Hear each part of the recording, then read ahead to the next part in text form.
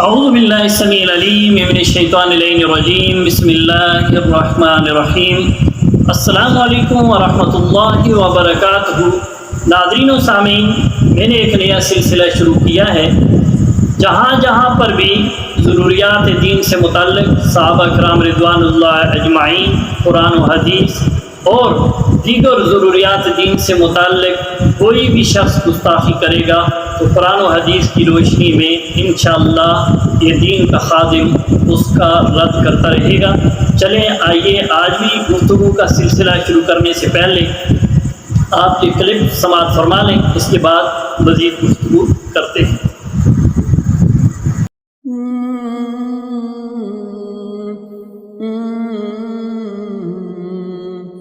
اس لانتی کتے یزید عمر بن العاص تم صحابہ کی کیٹیگری میں لا کر ان کی حمایت میں کام کرتے ہو۔ خدا کی قسم ہم ان سے اتنی نفرت کرتے ہیں کہ ہم اپنے کتوں کے نام بھی ان کے نام پہ نہیں رکھتے۔ تسی ہے جو کتیوں صحابیاں دی شبت لیا کہ تسی سمجھتے ہو ہم ان کو صحابہ کے چھتری تلے پروٹوکول دیں گے اور ان کو شیلڈ دیں گے؟ ہے جو لانتی سوڑی جتی دی نوکتے۔ بے شک بے شک۔ جی سامعین، آپ سماعت فرما رہے تھے جامعہ رافضیہ کے تربیت یافتہ مفتی محمد حنیف قریشی کو، جو کہ اکثر و بیشتر صحابہ کرام خصوصاً بالخصوص حضرت امیر معاویہ رضی اللہ تعالی عنہ، حضرت ابو سفیان رضی اللہ تعالی عنہ اور حضرت ہندہ رضی اللہ تعالی عنہا کی شان میں گستاخانہ اور متعصبانہ گفتگو کرنے میں ذرا برابر بھی ترغیب نہیں کرتا، اور جب گرفت اور احتساب کا پھندا اسے دکھتا ہے تو رجوع کی طرف مائل ہو جاتا ہے۔ ایک عرصہ دراز سے یہ گستاخانہ اور رافضیانہ اور متعصبانہ طرز گفتگو اس کا جاری و ساری ہے، بلکہ حضرت ابو سفیان رضی اللہ تعالی عنہ سے متعلق اس نے حویلیاں کے مقام پر سرو والی مسجد میں جو نازیبہ کلمات کہے تو میں بھی اس کا عینی شاہد ہوں، اور جب تھوڑی دیر کے بعد موصوف کو اس بات کا احساس ہوا کہ صحابی رسول حضرت ابو سفیان رضی اللہ تعالی عنہ سے متعلق اس نے انتہائی نازیبہ کلمات کہہ ڈالے اور وہاں پر موجود علماء کا اور جو عوام الناس تھے ان کا رویہ اس نے بانپ لیا، تو فوراً اپنی گفتگو کا رخ بدلتے ہوئے اس نے یہ کہہ کر جان چھڑانے کی کوشش کی کہ میں نے حضرت ابو سفیان رضی اللہ تعالی عنہ سے متعلق جو گفتگو کی ہے وہ ان سے قبل از اسلام کے معاملے پر تھی، حالانکہ سبھی لوگ جانتے ہیں کہ کسی بھی صحابی رسول کی قبل از اسلام کی زندگی اور معاملات پر اس طرح کی گفتگو کرنا کہ ان کی زندگی یا ان کے ایمان سے متعلق یا ان کی شخصیت اور کردار سے متعلق ان کی کردار کشی ہو یا ان کی تذلیل ہو، تو ایسے کلمات کہنا یا ایسی گفتگو کرنا شریعت مطہرہ میں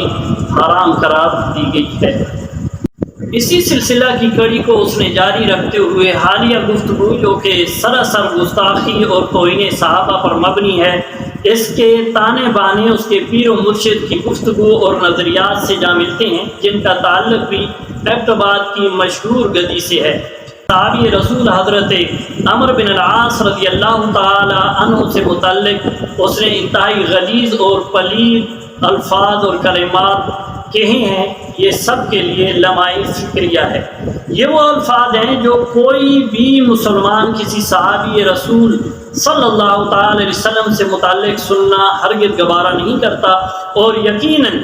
جلد یا بدیر ہمیشہ کی طرح یہ موصوف معصومانہ انداز میں پریس کانفرنس کر کے یا سوشل میڈیا پر ایک کلپ چڑھا کر قوم اور امت سے معافی مانگ رہا ہوگا کہ جذبات میں پتہ ہی نہیں چلا کہ میرا مقصد یہ نہ تھا جو ظاہری الفاظ سے لیا جا رہا ہے۔ سوال یہ پیدا ہوتا ہے کہ ہمیشہ غلطی یا سبقت لسانی انہی چند نفوس قدسیہ جن کو روافض تبرہ کرتے آ رہے ہیں ان کے بارے میں ہی کیوں اس سے ہو جاتا ہے؟ سوال تو ذہن میں پیدا ہوتا ہے۔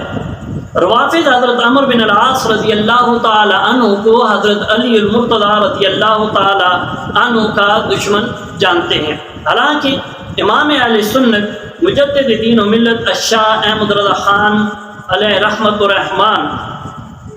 فاضل بریلوی اپنے فتاوی رضویہ میں ایک سوال کے جواب میں رقم تراد ہیں، سوال پہلے سن لیں۔ آپ سے سوال یہ پوچھا گیا کہ ایک کتاب جس میں حضرت عمر بن العاص رضی اللہ تعالی عنہ کے خلاف بہت سارے اعتراضات لکھے گئے ہیں، مثلا کہ وہ سوال کیا ہیں، سوال پہلے سماعت فرما لیں جن کا ذکر امام احمد رضا خان علیہ رحمۃ الرحمان نے کیا ہے کہ مثلا حضرت عثمان رضی اللہ تعالی عنہ کے دور خلافت سے لے کر قتل عثمان تک سارے فتنے کی جڑ معاذ اللہ حضرت عمر بن العاص تھے۔ اس کتاب میں دوسرا اعتراض یہ ہے کہ حضرت علی رضی اللہ تعالی عنہ سے دھوکہ کر کے حضرت عثمان رضی اللہ تعالی عنہ کو خلافت بھی حضرت عمر بن العاص نے دی تھی۔ پھر اس کتاب میں یہ بھی اعتراض موجود ہے کہ مخالفت عثمان رضی اللہ تعالی عنہ بھی سب سے پہلے عمر بن العاص نے کی، اور حضرت عثمان رضی اللہ تعالی عنہ کی بہن کو طلاق بھی اسی یعنی حضرت عمر بن العاص نے دی تھی۔ اور یہ بھی لکھا گیا ہے اس کتاب میں کہ حضرت ابو موسیٰ اشعری رضی اللہ تعالی عنہ کو دھوکہ دے کر امیر معاویہ رضی اللہ تعالی عنہ کو خلافت دلانے والے بھی حضرت عمر بن العاص تھے، اور مزید کئی اعتراضات اس کتاب میں موجود ہیں۔ اب سوال یہ ہے کہ آیا ایسی کتاب کا پڑھنا سنیوں کے لیے کیسا ہے؟ مسلمان سنیوں کے لیے ایسی کتاب جس کے اندر یہ اعتراضات موجود ہوں۔ الشاہ امام احمد رضا خان علیہ رحمت الرحمان کی بارگاہ میں یہ سوال پیش کیا جا رہا ہے۔ اب غور و فکر کی ضرورت ہے کہ آج ہر کوئی کہتا ہے کہ میں نے فلاں کی کتاب کو پڑھا ہے، میں نے اس کی تحقیق کو جانا ہے، اور اگر آج کے دور میں دیکھا جائے تو ہر کوئی شخص یہ کہتا ہے کہ میں نے سوشل میڈیا پر جو ہے فلاں کو سنا ہے، فلاں مکتبہ فکر کی بات کو اور اس کی تحقیق کو میں نے پرکھا ہے، اور ہمیں پتہ چلنا چاہیے کہ حقائق کیا ہیں اور مسائل کیا ہیں۔ اعلیٰ حضرت نے اس سوال کے ضمن میں جو جواب دیا ہے وہ سننے کے قابل اور عمل کے قابل ہے۔ آپ نے فرمایا کہ حضرت عمر بن العاص رضی اللہ تعالی عنہ جلیل القدر صحابی ہیں، ان کی شان میں گستاخی نہیں کرے گا مگر صرف اور صرف رافضی، یعنی کوئی بھی مسلمان حضرت عمر بن العاص رضی اللہ تعالی عنہ کی شان میں گستاخی کر ہی نہیں سکتا، اگر کوئی کرے گا تو وہ رافضی ہوگا۔ جس کتاب میں ایسی ایسی باتیں لکھی ہوں، اس کتاب کا مسلمان سنیوں کا پڑھنا جو ہے یہ حرام ہے، یہ امام احمد رضا خان علیہ رحمۃ الرحمان فرماتے ہیں۔ اسی طرح جو مولوی، جو مفتی، جو قاری، جو خطیب اور نقیب صحابہ پر طعن کرتا ہے، ایسے لوگوں کے غلیظہ کردار کو اور ایسے لوگوں کی غلیظہ گفتگو کو اور ان کی ناپاک تحریر کو پڑھنا بھی سب کے لیے حرام ہوگا۔ امام احمد رضا خان علیہ رحمۃ الرحمان شرح فقہ اکبر کے حوالے سے آپ نے یہ عبارت بھی لکھی ہے، لا نذکرہم الا بخیر، کہ حضور صلی اللہ تعالی علیہ وسلم کے تمام صحابہ بلائی پر ہیں، خیر پر ہیں، ہم ان کا ذکر ہمیشہ اچھائی پر ہی کریں گے۔ اعلیٰ حضرت مزید فرماتے ہیں کہ اگر کوئی شخص ان کتابوں جیسے فقہ اکبر کی یہ شرح ہے اگر بالفرض نہیں مانتا تو رسول کریم صلی اللہ تعالی علیہ وآلہ وسلم کے فرمودات کو وہ مانے گا، جیسے ترمذی شریف کی روایت اعلیٰ حضرت آگے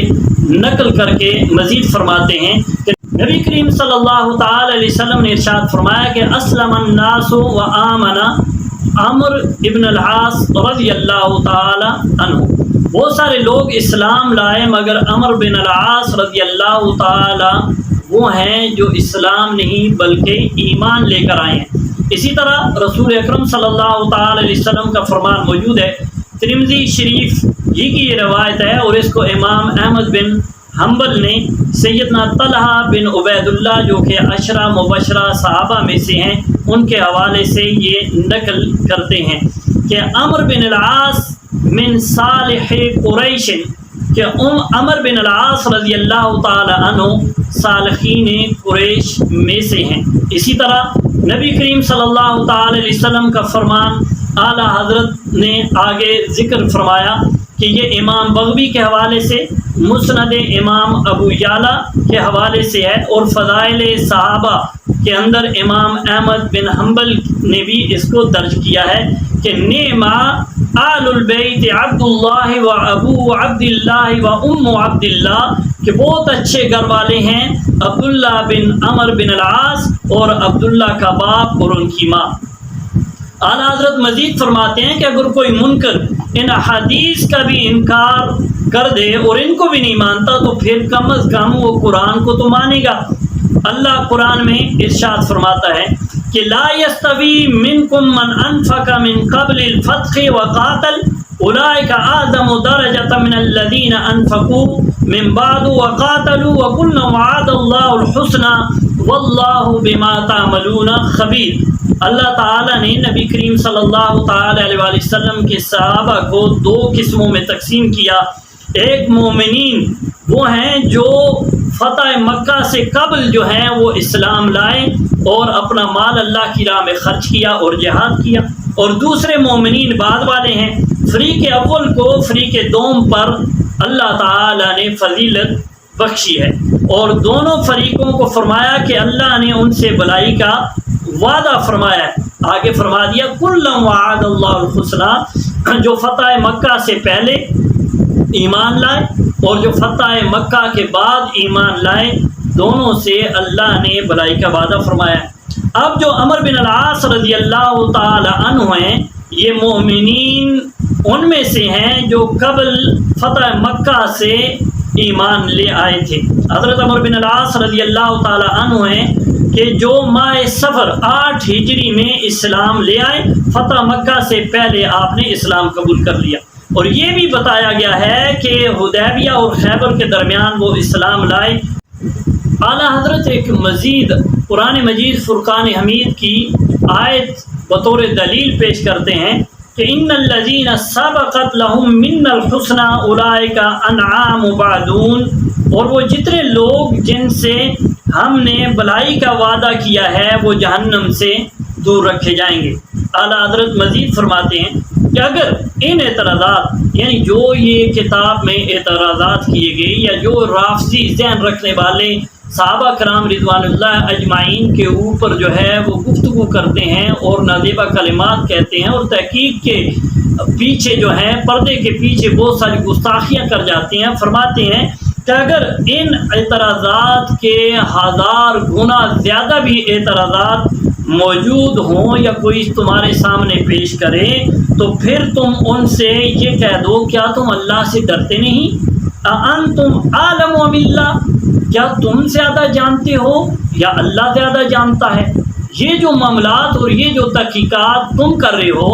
کیا اللہ کے پیش نظر نہ تھے؟ کیا اللہ ان کو جانتا نہیں تھا؟ پھر اس کے باوجود اللہ نے فرمایا کہ کُلًّا وَعَدَ اللَّهُ الْحُسْنَىٰ، پھر اللہ نے فرمایا کہ رضی اللہ عنہ ورضوا عنہ، اللہ ان سے راضی ہو گیا اور وہ اس سے راضی ہو گئے، اور اللہ نے ان سب سے بھلائی کا وعدہ فرما دیا ہے۔ اور حضرت ابو سعید خدری رضی اللہ تعالیٰ عنہ سے روایت ہے کہ رسول اللہ صلی اللہ تعالیٰ علیہ وآلہ وسلم نے ارشاد فرمایا کہ میرے صحابہ کو گالی نہ دو، اگر ان کے مقابلے میں تم میں سے کوئی شخص احد پہاڑ جتنا سونا بھی خیرات کر دے، اور میرے صحابہ میں سے کوئی شخص جو ہے کوئی صحابی رسول 1 مد یا اس کا آدھا بھی خیرات کر دے، تم اس کو نہیں پہنچ سکتے۔ تو ہم سب کے لیے اور خصوصاً بالخصوص اس قسم کی گفتگو کرنے والے مفتیان ہوں، علماء ہوں، چاہے وہ کسی بھی مکتبہ فکر سے تعلق رکھنے والے ہوں، چاہے ان سے عقیدت رکھنے والے ہوں، ان سے میری دست بستہ یہ درخواست ہے صحابہ کرام رضوان اللہ اجمعین کے مقام کو سمجھے، اور اس پرفتن دور میں 1400 سال بعد آپ کو تحقیق کرنے کی کوئی ضرورت نہیں، دین کو اللہ نے مکمل کر دیا۔ صحابہ کرام رضوان اللہ اجمعین جتنے بھی ہیں وہ تاروں کی مانند ہیں، اور یہ اللہ ان کے بارے میں بہت خوب جانتا ہے۔ اللہ فرماتا ہے واللہ بما تعملون خبیر، جو کچھ تم کرتے ہو اللہ اسے بخوبی جانتا ہے۔ واللہ ورسولہ عالم۔ السلام علیکم ورحمۃ اللہ وبرکاتہ۔